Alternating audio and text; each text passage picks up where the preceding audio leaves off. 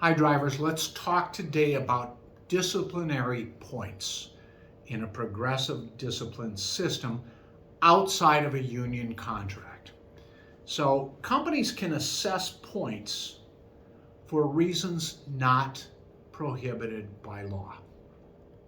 However, when it comes to drivers receiving points because they have refused to break a DOT regulation, such as the ill or fatigued driver rule, that's when points can in fact violate the law. So I'm sure those of you watching who are commercial drivers, which is most of you, or CDL holders, are familiar with the ill or fatigued driver rule. That is at 49 CFR 392.3, and by reference 392.1. 392.1 makes it a violation to drive in violation of any regulation in Part 392 of the Commercial Vehicle Safety Regulations. So if you refuse to drive due to illness or fatigue that reaches such level or likely to reach such level as to make it unsafe to continue to operate a commercial vehicle or to begin operations, then you are obligated under commercial vehicle safety regulations to refuse to drive. So if you're so fatigued or so likely to become fatigued because you didn't get a good night's sleep last night, or you're ill and it rises to a level that you can't safely drive, then you are obligated by law to refuse to drive. But again, it has to rise to a level that renders it unsafe to operate a commercial vehicle or likely to render it unsafe to operate a commercial vehicle. Now, many companies have an absenteeism point system. We're dealing right now with a case involving a very large grocery store chain. You would know the name. For now, because the case is on appeal right now, we'll withhold the name because it isn't that important. There are other companies that have similar point systems that, to deal with absenteeism, they assess points for unexcused absences, or some even excused, it doesn't matter, you get 16 absences a year or whatever.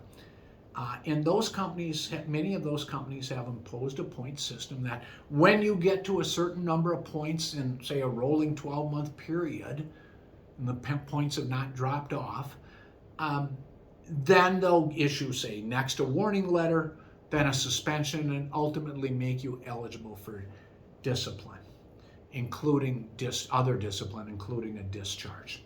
So the Surface Transportation Assistance Act, which prohibits retaliation against a driver for refusing to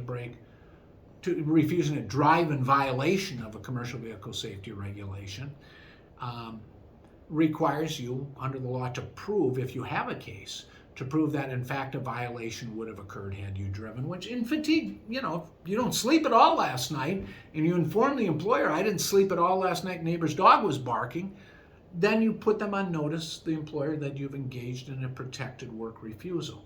So the question is, what does the law prohibit? Well, the statute passed by Congress, signed by Ronald Reagan in 1982, prohibits, they don't use the term retaliation, they say discriminate, discipline, or discharge. It is unlawful for an employer to discriminate, discipline, and discharge a driver because a driver refuses to drive because driving would result in an actual violation of a commercial vehicle safety regulation. So the Department of Labor, who was given jurisdiction under this law, not Department of Transportation, the employee protection provisions fall within the jurisdiction of OSHA and then administrative judges of the Department of Labor. They have given a broader interpretation as to what does it mean to discriminate. And they have said it is a violation for any person, which means a company or an individual group of individuals. It is a violation for any person to intimidate, threaten, restrain, coerce, blacklist, discharge, discipline, harass, suspend, demote, or in any manner retaliate against an employee because the employer or person acting pursuant to the employee's request has refused to drive because driving would result in an actual violation of a commercial vehicle safety regulation. So it's our position that issuing points to drivers because they refuse to operate a commercial vehicle due to illness or fatigue that reaches such a level that driving is unsafe, that's protected, and we believe that a point system is discriminatory and in violation of the statutes. Now, these cases are making their way up through the court system. But if you're subject to points, due to absence, due to illness or fatigue, there's some advice we can give you right now. One is, make sure you have documentation. If you're too ill to drive because you got an upset stomach, go to the doctor, get a note, get some detail. Make sure that you are frank with the doctor to tell him or her what your conditions are. If you have the flu or fever, make sure you tell the doctor that. As in every case, documentation is important because we know one thing the trucking company is going to do, they're going to accuse you of lying. Two, you need to put them on notice. Just don't say, I hit the sick board. Sick, out, sick.